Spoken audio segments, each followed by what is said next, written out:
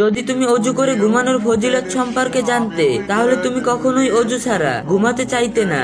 আসুন আজকে আমরা সবাই জেনে নেই, আর ভিডিওটা শেয়ার করে দিও। যদি কেউ তোমার মাধ্যমেই হাদিসটি জানে তাহলে সেটি হবে তোমার জন্য সদকায়ে জারিয়া।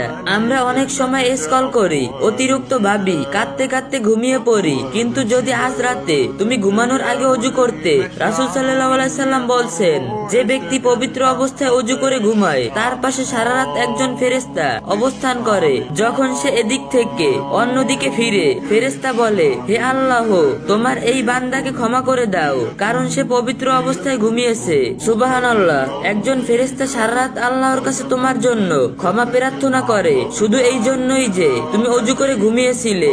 এর মানে কি জানো? প্রতিটা অশ্রু যা তুমি সেজদায় ফেলেছো, প্রতিটা পাপ যার জন্য তুমি অনুতপ্ত, প্রতিটা রাত যখন তুমি একাকী অনুভব করো, একজন ফেরেশতা তোমার পাশে থাকে, তোমার জন্য ক্ষমার দোয়া ফিসফিস করে। তাই আজ রাতে যদিও হুদায় ভারী, যদিও দিনটা কঠিন ছিল, শুধু অজু করে নাও, বিসমিল্লাহ বলে ঘুমের দোয়া পড়ে শান্তিতে ঘুমিয়ে পড়ো। জেনে রেখো, ঘুম এক প্রকারের মৃত্যু, তাই ঘুম থেকে উঠে নবীজি সাল্লাল্লাহু আলাইহি সাল্লামের শিখানো দোয়া পড়ো।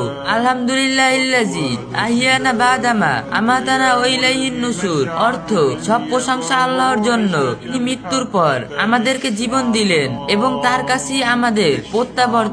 যদি ঘুমের মধ্যেই মৃত্যু হয় তাহলে পবিত্র অবস্থায় মৃত্যু হবে ইনশাআল্লাহ। এর থেকে শান্তি আর কি হতে পারে? ভিডিওটা শেয়ার করো। যদি কেউ তোমার মাধ্যমে এই হাদিসটি জানেন তাহলে সেটি হবে তোমার জন্য সাদকায়ে জারিয়া।